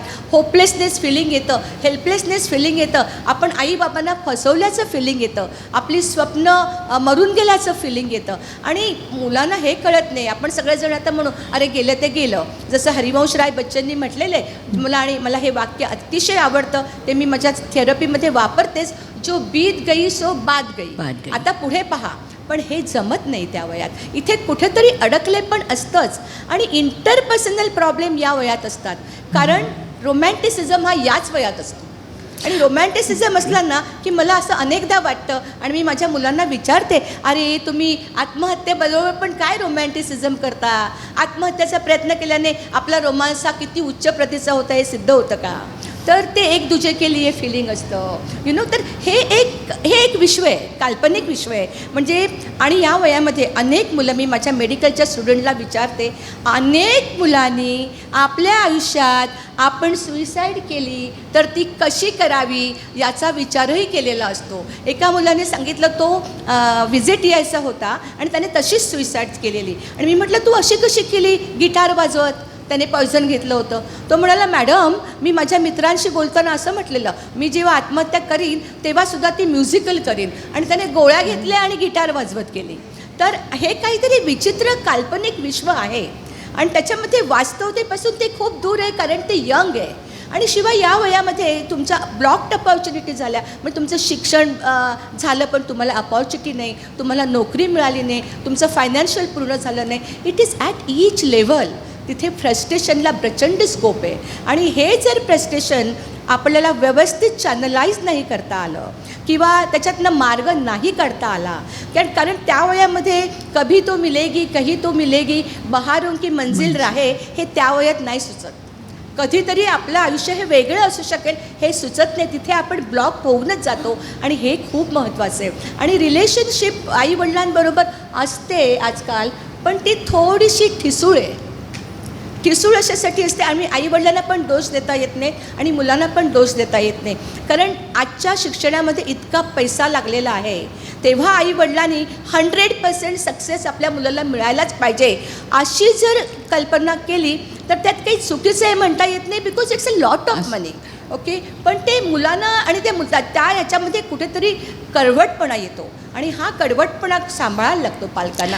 त्याचबरोबर मला एक विचारायचं आहे की ब्लू व्हेल गेम किंवा आपल्या सोशल मीडियावरती आपल्याला रिस्पॉन्स चांगला मिळाला नाही म्हणून नैराश्य, किंवा ब्लू व्हेल गेम्स याच्या बाबतीत आपण काही प्रकाश टाकू शकाल का? राईट. ब्लू व्हेल गेम्स ना एक क्रिटिकल आहे नाही का. त्याच्याबद्दल अनेकांनी, तो रशियात सुरू झाला होता आणि नंतर तो युक्रेन आणि इतरत्र इंडियात पण आला होता तो. आणि 50 दिवसात 50 टास्क आणि शेवटी लाईफला चॅलेंज करायचं असं ते होतं. आणि मी माझ्या मेडिकल स्टुडंट्सना अनेकांना विचारलं हे काय आहे, तर बऱ्याच जणांना ते वाटलं नाही. पण त्याच्यामुळे ब्लू व्हेल गेम्समुळे सोशल मीडियाचा रोल जो आहे तो नक्कीच उजेडात आला. कारण अलीकडेच गेल्या वर्षी एक जी सुइसाईड झाली ती मी माझ्या एका लेखात लिहिलेलं आहे. आणि त्या मुलाने त्याच्या आत्महत्याच्या मनाची आयडिया येते ती फेसबुकवर टाकली होती. ऐसा लगता है कि ज़िंदगी ख़त्म करे. दुसऱ्या वेळेला त्याने सांगितलं की कुछ रहा ही नहीं ज़िंदगी में तो क्यों जिए. 2 सेंटेन्स 4-4 मिनटाच्या अंतराने येतोय. अशी 8 पोस्ट टाकली. एका 7व्या पोस्टमध्ये त्याने त्याच्यामधलं पॉयझनची ते जे पिक्चर असतं ते फेसबुकवर टाकलं. आता हे सगळं बोलकं होतं. फॉर्च्युनेटली त्याने हे टाकल्यापासून 7 तासात आत्महत्या केली आणि ती कंप्लीट होती. कंप्लीटेड सुइसाईड होती. म्हणजे की इतकं दुर्दैव आहे. त्याच्या फेसबुकमध्ये अनेक लोक ते पाहत होते, त्यात त्याचे मामा, रिलेटिव्स असे अनेक लोक होते. पण कुणालाही वाटलं नाही की याच्यातनं तो काहीतरी सांगतोय. I think this is very important की मुलं जेव्हा दुसरंसुद्धा असं एक्झाम्पल आहे, खूप महत्त्वाचे संकेत त्यांनी दिले होते आणि ते क्लिअर होते. प्रत्येक, आणि तो देत होता सतत. आणि हे जेव्हा संकेत तो देत होता ना, तेव्हा बघा, इट इज व्हेरी इम्पॉर्टंट. आपल्याला हे कळलं पाहिजे की कुठेतरी ॲम्बिव्हॅलन्स असतं. एक लक्षात घ्या, आत्महत्या म्हणजे 100% मरायचं हा भाव नसतो. अच्छा. 80% असेल, 90% असेल, पण 10% किंवा 20% I want to survive, somebody should help me. आणि तो जो विंडो पिरियड आहे त्याचा उपयोग आपण करणं, याच्यासाठी तिने सांगितलेली सगळी लक्षणं आपल्या डोक्यात आली पाहिजेत, ती कळली पाहिजेत. कारण आत्महत्या म्हणजे त्या माणसाला 100% मरायचं असं नसतं. समवेअर हेल्प सिकिंग हा जो उद्देश असतो तो महत्त्वाचा असतो. तो ॲम्बिव्हॅलन्समध्ये आपल्याला घ्यायला लागतं. आणि भावनिक ॲजिटेशन असतं. सुइसाईडमध्ये 3 गोष्टी, इंटेन्शनॅलिटी महत्त्वाची आहे, भावनिक ॲजिटेशन खूप महत्त्वाचं आहे, आणि ॲम्बिव्हॅलन्सही महत्त्वाचं आहे. म्हणजे की आता तुम्ही जेव्हा मेथड जी वापरता ती लक्षात घ्या, ती मेथड किती सिरियस आहे, या मेथडवर तुमचं आत्महत्येचं इंटेन्शन किती सिरियस होतं हे समजतं आपल्याला.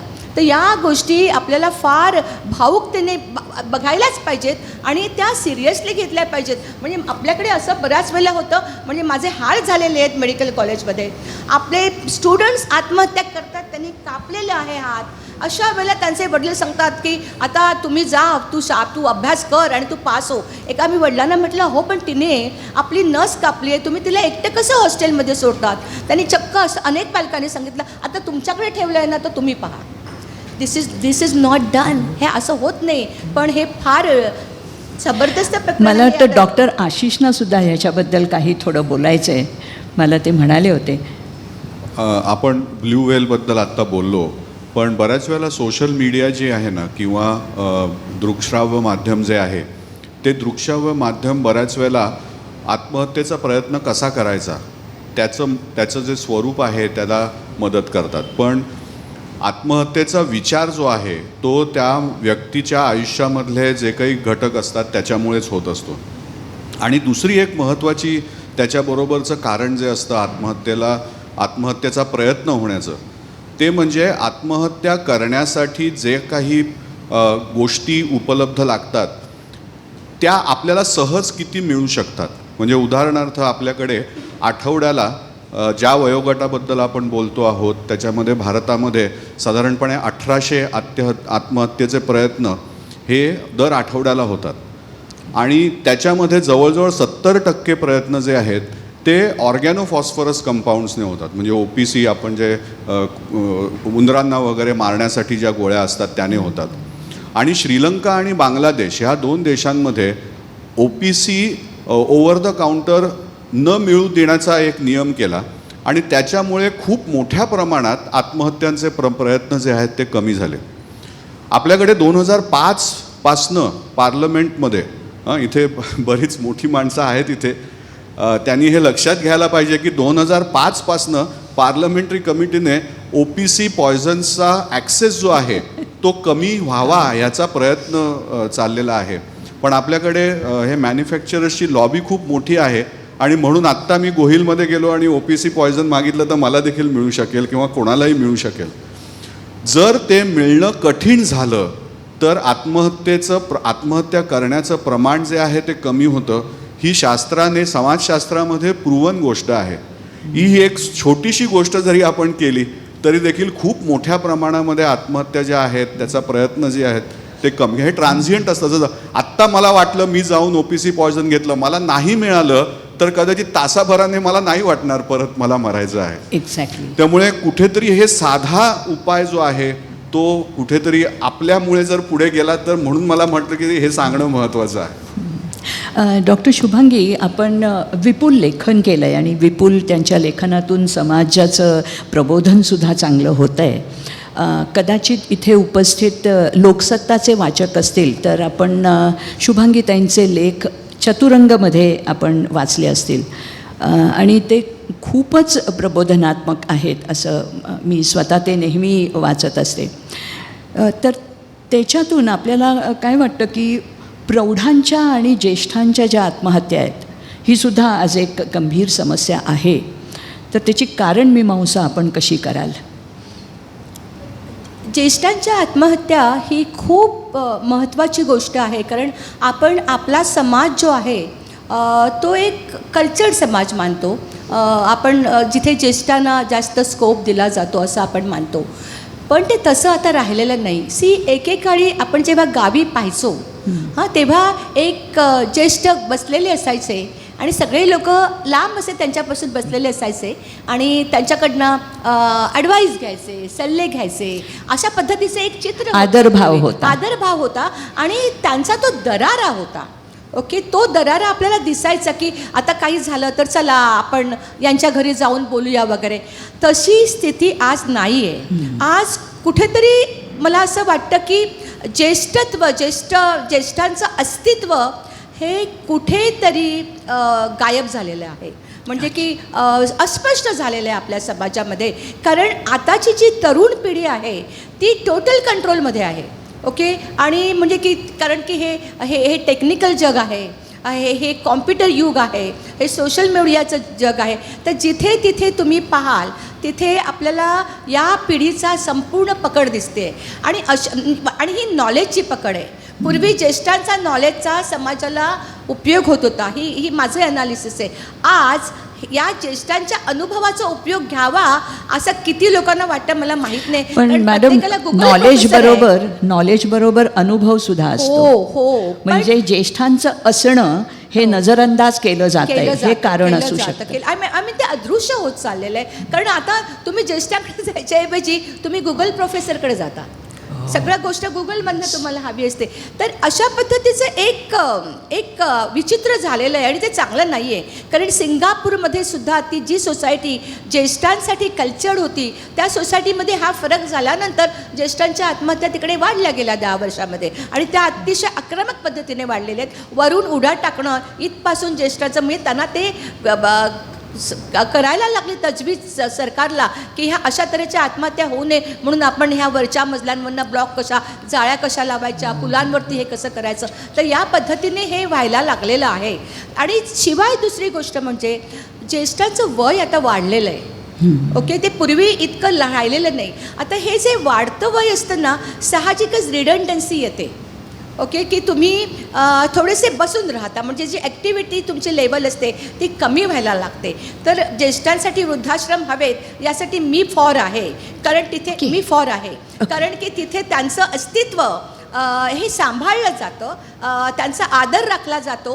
तिथे त्यांचं असणं कोणी चॅलेंज करत नाही, ते रिडंडंट होत नाही, तिथे प्रेमाने राहिलं जातं. तर तशा पद्धतीचं कारण आज ते तसं झालेलं आहे. तुम्ही 80 वर्षाचं झाला, तुमचा स्मृतिभ्रंश झाला तर मग साधारणतः इमोशनल गॅप येते आणि त्याच्यामुळे कुठेतरी डिप्रेशन वाढणं आणि आहेत आज आपण सिनियर सिटिझन्समध्ये डिप्रेशन म्हणा किंवा होपलेसनेस फिलिंग म्हणा किंवा लो फ्रस्ट्रेशन हे वाढतो. कारण कुठेतरी प्रत्येक लेवलला असं वाटतं की आपली कुठेतरी नाचक्की होते आहे किंवा आपण कुठेतरी अपमान होतो आहे किंवा सटली आपल्याला बाजूला सारलं जात आहे. होतं आहे पॉलिटिक्समध्ये तर आपण पाहतोच आहोत. त्यातूनच कुठेतरी पाहिलेले आहे आपण हे पॉलिटिक्समध्ये ज्येष्ठ बाजूला केले गेलेले आहेत, अगदी छानपणे केले गेलेले आहेत. सो धिस इज हे पॉलिटिक्समध्ये दिसतो हा एक नजारा आहे. हे असं रोज होत असतं. त्यातूनच कुठेतरी इच्छामरणाची अशी कल्पना येत असेल का? हो येते. कारण इच्छामरण हा खूप मोठा विषय आहे. पण जस्ट मला असं वाटलं आता की हे जे आपण वर्णन केलं ज्येष्ठांच्या आत्महत्यांचं त्यावरून इच्छामरण किंवा त्या बाबतीत आपण आत्महत्येशी कसं जोडायचं? आय थिंक इच्छामरण मी आत्महत्येशी जोडणारच नाही. Never. Okay. That's a different topic. आणि इच्छामरण हा टॉपिक सध्या तरी I am not comfortable with it म्हणून मी बोलणार नाही. ओके. आपण महापालिकेमध्ये हितगुज ही हेल्पलाईन या हितगुजचे आपण प्रवर्तक आहात. तर त्या हेल्पलाईनबद्दलचे काही अनुभव आहेत का की ज्याच्यातून आपण काही प्रतिबंध केला किंवा आपण सक्सेस स्टोरी म्हणू त्याच्यासाठी? 2014 साली सुरू केली. त्यावर्षी आपल्या मुंबईमध्ये एकापाठोपाठ एक विद्यार्थ्यांच्या आत्महत्या होत होत्या. Okay. आणि यंग लोक होती ती सगळ्या लेवलची.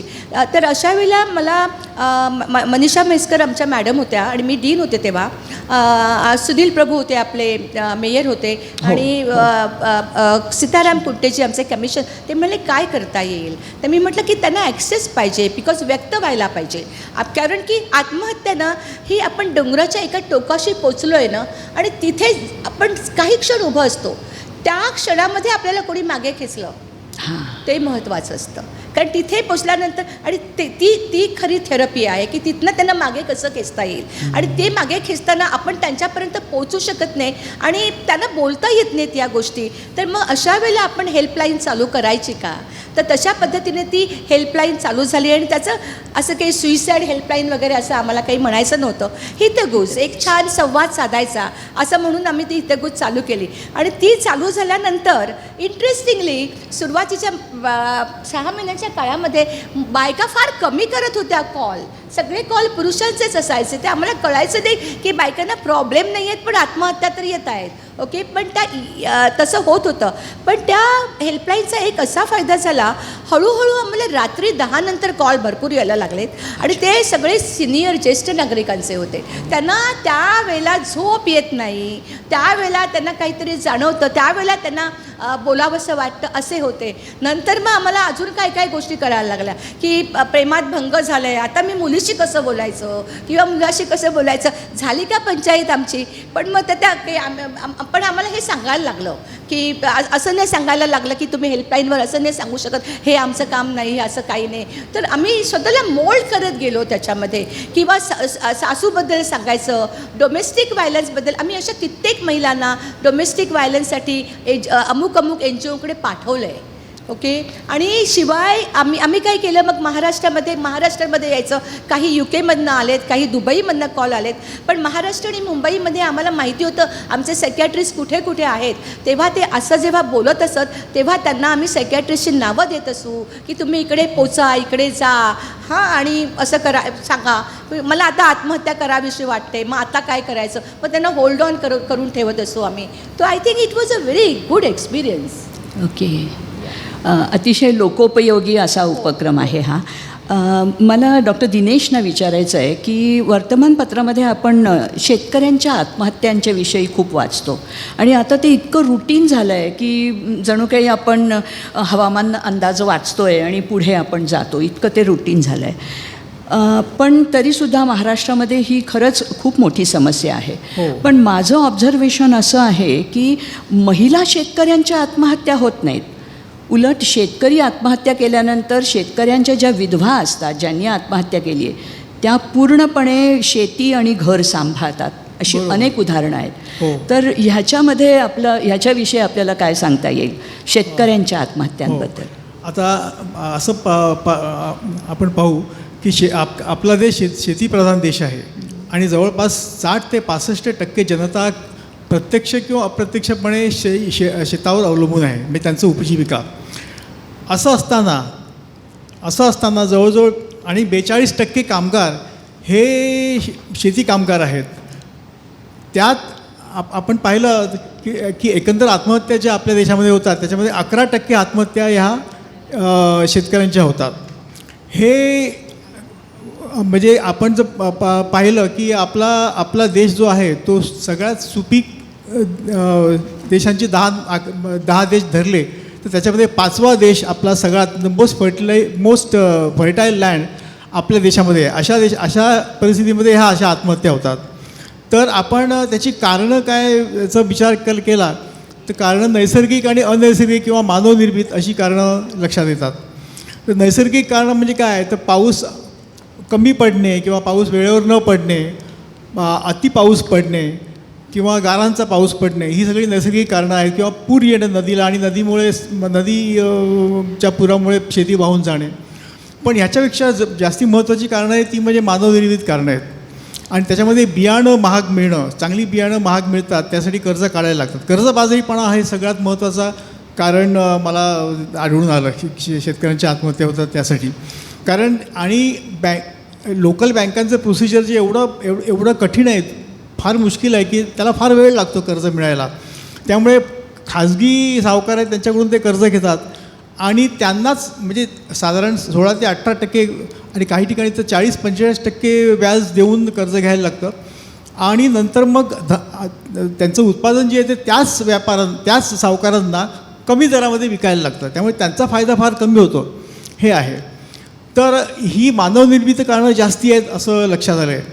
मी काही म्हणजे वर्षापूर्वी शेतकरी जे कर्ज घेतात ते शेतीसाठी घेतात, हो. परंतु ते शेतीसाठी न वापरता दुसऱ्या कारणासाठी वापरलं, त्यामुळे ते कारणसुद्धा फलित होत नाही आणि त्यांच्या शेतीचं सुद्धा नुकसान होतं. हे सुद्धा कदाचित कारण असू हो, हो. शकते. बरं, मला काय म्हणायचं आहे, 8 वाजलेत. आपण ती संकल्पना सांगणार होतात की 8 वाजता ऑल ओव्हर द वर्ल्ड मेणबत्ती लावायची आहे. आपण हा कार्यक्रम पुढे सुरू ठेवूया आणि जर इन केस आपल्याला ती संकल्पना जर सांगता आली तर 8 वाजता आहेत. हो, International Association for Suicide Prevention ही अमेरिकेमध्ये प्रस्थापित झालेली संस्था आहे. तर त्यांनी असं म्हटलेलं आहे की 10 सप्टेंबर दरवर्षी 10 सप्टेंबर रोजी 8 वाजता एक मेणबत्ती आपल्या घराच्या खिडकीजवळ ठेवा. म्हणजे ज्यांनी आत्महत्या केली त्यांच्या स्मरणार्थ आणि जे आत्महत्या करताना वाचली आहेत त्यांना प्रोत्साहन देण्यासाठी, जगवण्यासाठी, त्यांना त्यांच्या जीवनामध्ये उत्साह निर्माण करण्यासाठी आणि त्यांना एकंदरीत त्यांना सन्मानाची वागणूक मिळावी ह्यासाठी एकतरी मेणबत्ती किंवा एकतरी पणती तुम्ही आपल्या घराच्या खिडकीजवळ ठेवा असं. तर आपण एक मेणबत्ती जस्ट टोकन म्हणून आपण एक मेणबत्ती लावू शुभांगी मॅडमच्या हस्ते आणि नंतर हा कार्यक्रम पुढे सुरू ठेवू.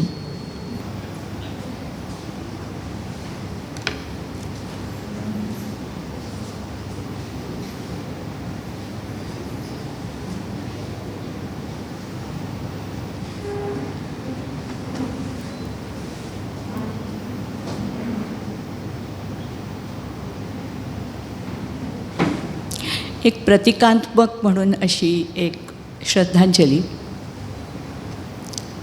आपण पुढे कार्यक्रम चालू ठेवूया. दिवे पुन्हा लावायला हरकत नाही. आता नंतर मला बोलतं करायचं आहे डॉक्टर आशिषना. एक अतिशय महत्त्वाचा विषय असा आहे की कॉर्पोरेट सेक्टरमध्ये म्हणजे जे व्यावसायिक आत्महत्या करतात किंवा सेलिब्रिटीजच्या आत्महत्या आपण खूप ऐकतो आणि त्याच्या ठळक मथळ्याच्या बातम्यासुद्धा होतात. त्याच्या उलटसुलट चर्चा पण होतात. तर याबद्दल डॉक्टर आशिषना मला विचारायचं आहे की आपण काय सांगाल. ह्या लोकांना मान सन्मान असतो, त्यांच्याकडे पैसा संपत्ती असते, त्यांना ऐशोराम असतो, ते दिसायलासुद्धा खूप छान असतात, त्यांचं सगळं चांगलं चाललेलं असतं, त्यांच्याकडे काही कमी नसतं, मग तरीसुद्धा ते का आत्महत्याला प्रवृत्त होतात. मला वाटतं ज्या व्यवसाय क्षेत्रांमध्ये यश मिळतं तेव्हा जे प्रचंड मिळतं आणि नाही मिळालं तर मग ते कोणाच्याच खिचगणतीत येत नाही अशी जी व्यवसाय क्षेत्र असतात तिथे भावनांचे जे काही चढाव आणि उतार असतात ते खूप जास्त असतात. पण तसं म्हटलं तर फिल्म इंडस्ट्री, असं आपल्याला वाटतं की फिल्म इंडस्ट्रीमध्ये आत्महत्या जास्त होत असतील, पण असं काही नाही आहे.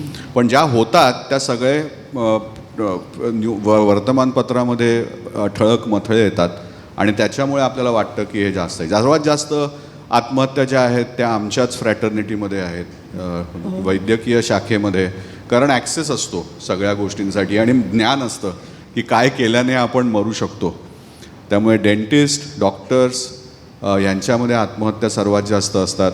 फायनान्सर्स यांच्यामध्ये आत्महत्या जास्त असतात. पण जेव्हा एखाद्या मोठ्या माणसाचा ॲक्सिडेंट होतो तेव्हा एकदम नियम बदलतात.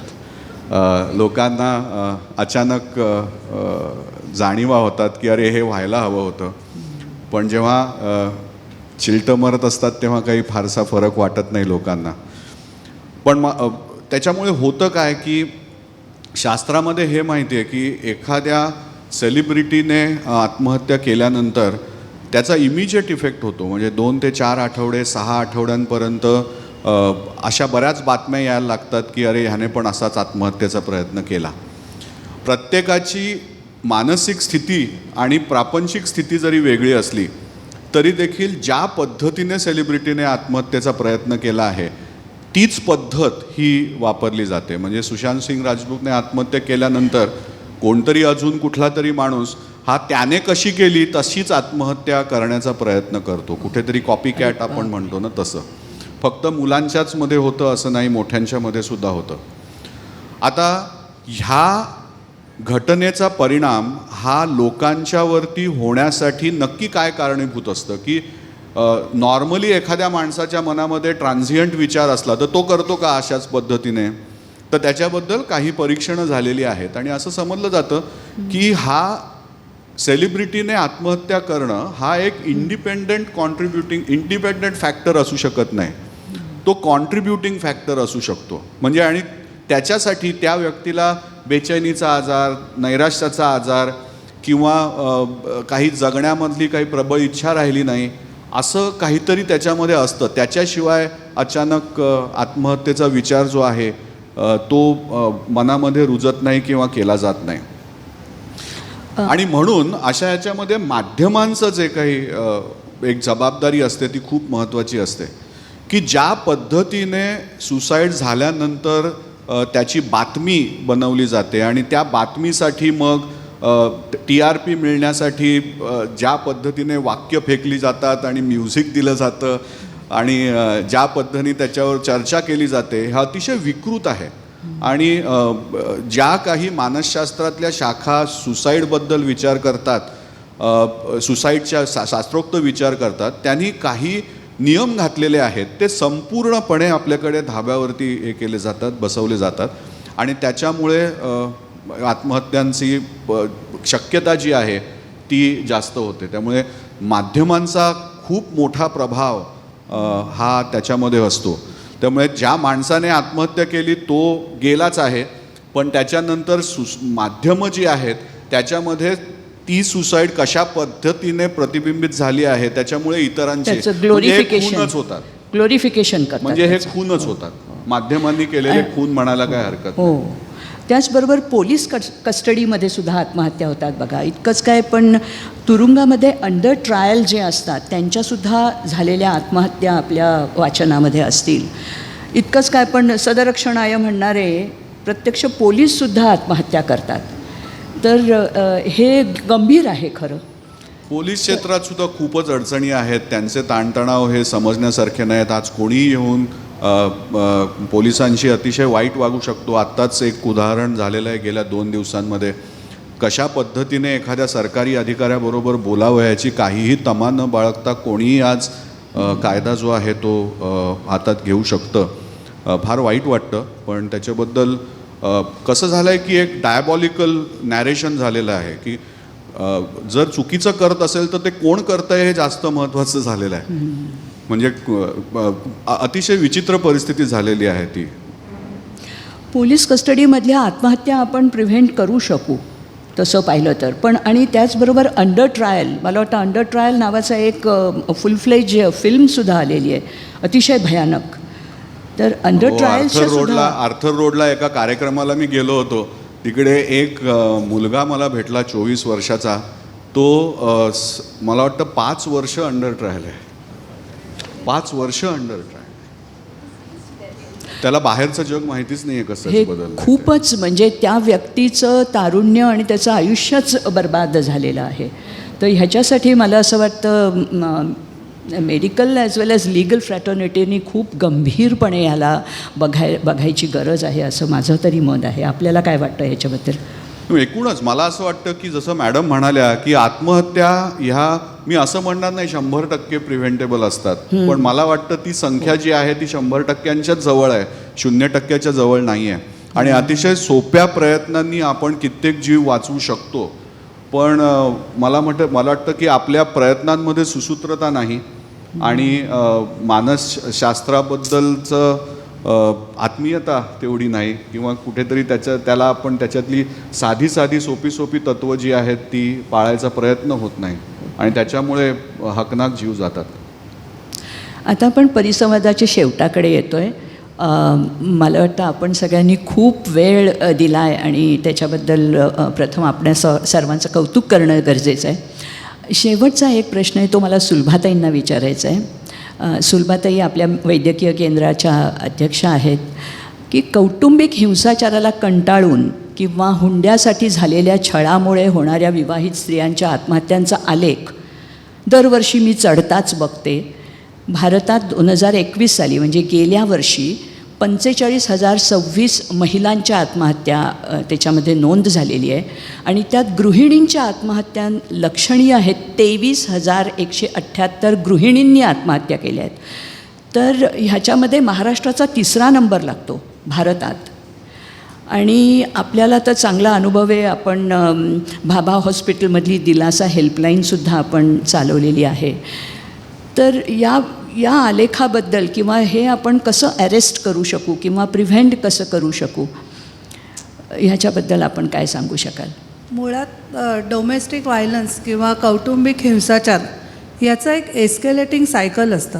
कारण पहिल्या दिवशी कुठलीच स्त्री जाऊन आत्महत्या करत नाही आणि त्या डोमेस्टिक व्हायलन्सने जी पीडित महिला असते तो कधी शारीरिक व्हायलन्स असतो, कधी आर्थिक असतो, कधी लैंगिक असतो, अनेक प्रकारचा असतो. कधी साधं अगदी टोमणे जरी 10 वेळा मारले तिला किंवा हुंडा आणला नाही म्हणून तिचा जो होणारा छळ असतो तर त्याच्यातून तिला जो त्रास होत असतो तर ती पटकन कुठली स्त्री जाऊन त्याच्याविरुद्ध तक्रार करायला धजावत नाही.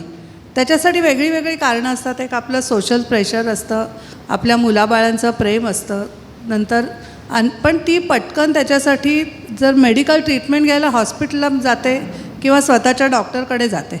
आत्ता आपण ज्या चर्चा करतो आहे की आपण आत्महत्येला प्रतिबंध कसा करू, तर हे डोमेस्टिक व्हायलन्सचं सायकल आपण योग्य वेळी ओळखलं आणि जसं डॉक्टर विनीतांनी सांगितलं की आपण त्याच्या साईन्स आणि सिम्पटम्स लवकर ओळखल्या पाहिजेत. तर त्या ओळखण्यासाठी आम्हाला सुरुवातीला प्रथम आपल्या डॉक्टर्सना ट्रेनिंग द्यायला लागतं. कारण ज्या वेळेला आम्ही कॅज्युअल्टीमध्ये जेव्हा काम करायला सुरुवात करतो तर आम्हाला ट्रेनिंग देताना ॲलिज हिस्ट्री ऑफ ॲसॉल्ट विथ नाईफ असं म्हणतात, पण ते नवऱ्याने मारलं किंवा कोणी मारलं याचं आम्ही कधी नोंदच घेत नाही. तर सुरुवातीला आमच्या डॉक्टर्सना आम्हाला ते ट्रेनिंग द्यावं लागलं की हे सायकल एस्केलेटिंग सायकल आहे आणि तुम्ही जर ही नोंद केलीत तर त्या स्त्रीला पुढे तिचा उपयोग होणार. हा एक भाग झाला. त्याच्यानंतर आम्ही डॉक्टरांच्या बरोबर इतर सर्व हेल्थकेअर वर्कर्स म्हणजे अगदी रेकॉर्ड असिस्टंट म्हणा, लॅब टेक्निशियन म्हणा, या सगळ्यांचंही ट्रेनिंग घेतलं की त्यांच्याशी कधी कधी बोलताना, कारण परत परत तुम्ही 10 वेळा जर एखाद्या टेस्टसाठी गेलात लॅब टेक्निशियनकडे तर दे बिकम कम्फर्टेबल आणि they share their family problems with you. तर असं जर झालं तर आम्ही स्टाफला एक शिकवलं की आपण एक्सपर्ट काउन्सिलर्स नाही, म्हणजे डॉक्टर्सही नाही, स्टाफही नाही, तर तुमचं एकच काम आहे. आम्ही ही OPD त्याच्यासाठी एस्टॅब्लिश केली आणि त्याला एक नंबर देऊन तुम्ही फक्त त्यांना रिफर करा इफ यू सस्पेक्ट दॅट. तर त्याच्यामुळे फायदा असा झाला की आम्ही वेळेवर पेशंट्स पिकअप करू शकलो. त्यानंतर ॲडमिट होणारे सस्पेक्टेड बर्न्स म्हणा किंवा हेड इंजुरी ह्या पेशंटना रात्रीच्या वेळेला आयाबाई सिस्टर्स ह्या त्यांना विश्वासात घेऊन जर डोमेस्टिक व्हायलन्सची हिस्ट्री जी सुरुवातीला कॅज्युअल्टीत रिव्हील केली नाही ती हिस्ट्री ते बाई आपल्या ॲडमिनिस्ट्रेट टेन्युअरमध्ये जर केली तर त्याचाही करेक्टेड रेकॉर्ड आम्ही करू शकलो. आणि मुख्य या आमच्या काउन्सिलिंग सेंटरचा फायदा असा झाला की ज्या बायकांना मी रिफर केलं त्या बायकांना आम्हाला तुमचा संसार मोडायचा नाही, म्हणजे तुम्ही जर पोलीस कंप्लेंट करायची आम्ही तुम्हाला जबरदस्ती करणार नाही, पण तुम्हाला मी मदत हवी असेल तर देऊ, तुम्हाला लीगल मदत तुमची इच्छा असेल तर देऊ, पण एक गोष्ट आहे की हिंसामुक्त आयुष्य जगणं हा तुमचा प्रायमरी अधिकार आहे, हक्क आहे. याची त्यांना जाणीव करून दिल्यानंतर आणि फॉलोअपला त्या बायका आल्यानंतर नक्की त्यांच्यात तो धीर येतो की आपण त्या गोष्टीचं आपण तोंड कसं द्यायचं. कारण नाहीतर अल्टिमेटली कसं होतं, ती बाई मेडिकल ट्रीटमेंट घेते, परत जाते, परत त्याच व्हायलंट सिच्युएशनमध्ये पोचते आणि अल्टिमेटली सहन न होऊन ती आत्महत्येचा प्रयत्न करते. तर जो संवाद आपण सगळ्यांनी सांगितला की संवादाचा एक मार्ग त्यांना मोकळा या काउन्सिलिंगमधून झाला. आणि दुसरी एक गोष्ट आम्ही हॉस्पिटलमध्ये त्यांना एक कस्टडीसाठी म्हणजे केअर अँड कस्टडीसाठी की एखादी जर स्त्री आत्महत्येला प्रवृत्त झाली, म्हणजे मला एक आठवतं की एक 7 ते 8 महिन्याची प्रेग्नंट बाई होती की जी आमच्या सोशल वर्करला रेल्वेच्या ब्रिजवर भेटली आणि ती त्यावेळेला त्या ब्रिजवरून उडी मारून जीव देणार होती आणि तिला कुठल्याही परिस्थितीत घरी परत जायचं नव्हतं. तर त्यावेळेला त्या काउन्सिलरनी मला फोन केला की मॅडम अशी अशी मुलगी आहे. तर त्यावेळेला आमच्या ट्रेनिंगमधून आम्ही असं हॉस्पिटल इंचार्जनं हा अधिकार त्यावेळेला दिला होता की तुम्ही त्या बाईला ॲडमिट करू शकता फॉर सेफ्टी. आणि खरं पाहिलं तर कुठलाच मेडिकलचा डॉक्टर किंवा गायनेकचा डॉक्टर कशासाठी त्या बाईला ॲडमिट करणार, पण त्यासाठी आपण सांगितलं म्हणून ती बाई ॲडमिट होऊन नंतर 2 दिवसांनी त्यांनी तिला सेंटरमध्ये पाठवलं आणि तिचा जीव वाचला. म्हणजे असा जर एखादा जीव जरी आपण या सगळ्यातून वाचवला तरी आपल्याला खूप त्यावेळेला समाधान वाटतं. किंवा एखादी बाई 3 महिन्यांनी 6 महिन्याच्या फॉलोअपला जेव्हा सांगते की मला आता हिंमत आली आणि आता मला कुठल्याही प्रकारची घरी मारहाण होत नाही किंवा आर्थिक तिची जी चणचण असते, तर या सगळ्यातून तिचा एक सपोर्ट सिस्टीम, कारण आपण कायम सगळ्यांच्या पाठी उभं नाही राहू शकत, पण तिची घरातली सपोर्ट सिस्टीम आपण तयार करायला मदत करू शकलो. आणि ह्या सगळ्याचं आम्हाला खूप समाधान मिळालं आणि हे चांगले रिझल्ट्स मिळाल्यामुळे आता आपल्या महापालिकेच्या जवळजवळ 12 हॉस्पिटल्समध्ये आपण ही सर्व्हिस सुरू केली आहे आणि त्याच्यातून आम्ही खूप लोकांना मदत करू शकतो असा विश्वास वाटतो.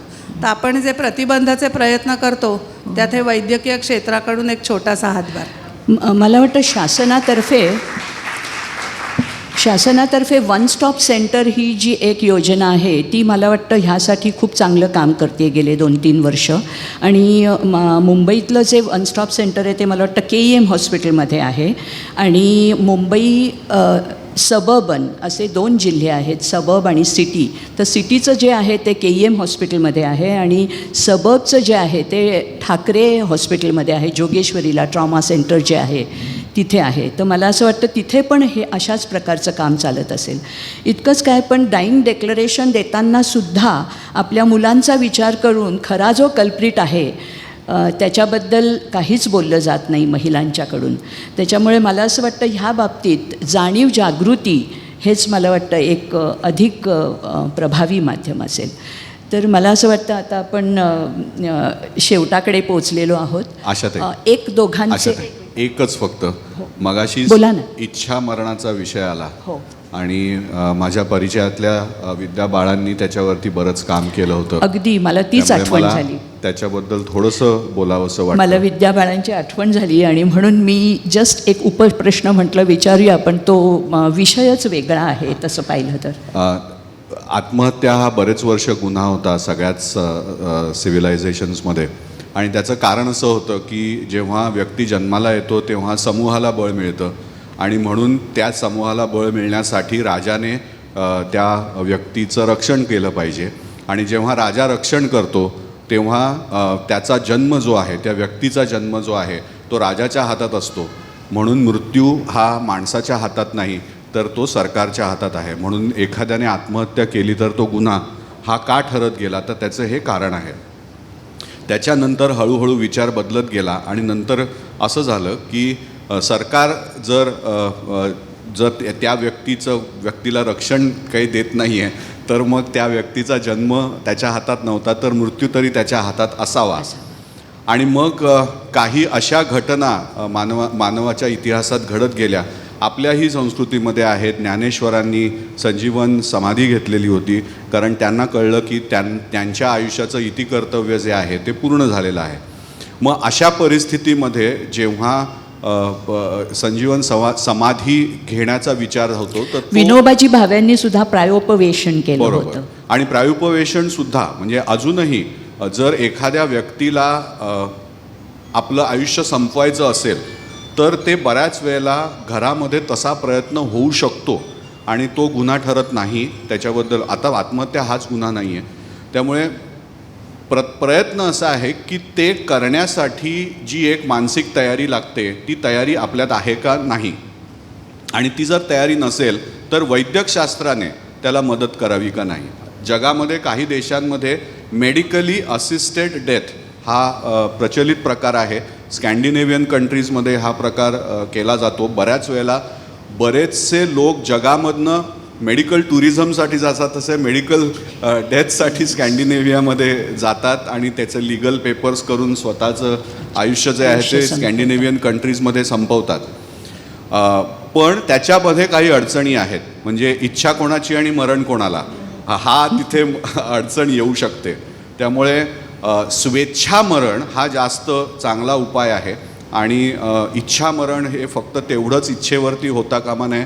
त्या व्यक्तीची इच्छा असेल, स्वतःची इच्छा असेल तर त्याने ती रिस्पेक्ट केली पाहिजे. कुठल्याही माणसाने, जवळच्या माणसाने केली पाहिजे असं एक मत जे आहे ते प्रचलित झालेलं आहे.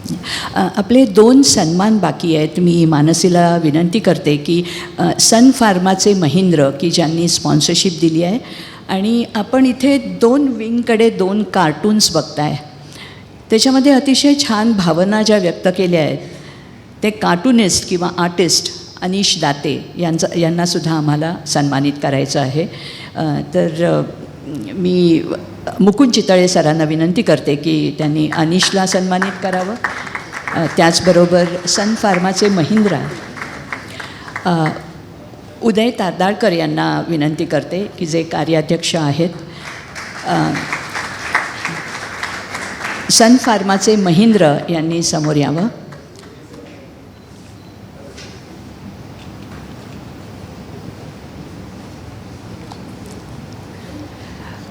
आता बराच वेळ झाला आहे, पण तरीसुद्धा 1-2 प्रश्न जे आपल्याकडे आलेले आहेत त्याच्यासाठी मी डॉक्टर रश्मी फडणवीस यांना विनंती करते की काही प्रश्न जे आलेले आहेत श्रोत्यांच्याकडून त्याचा परामर्श घ्यावा.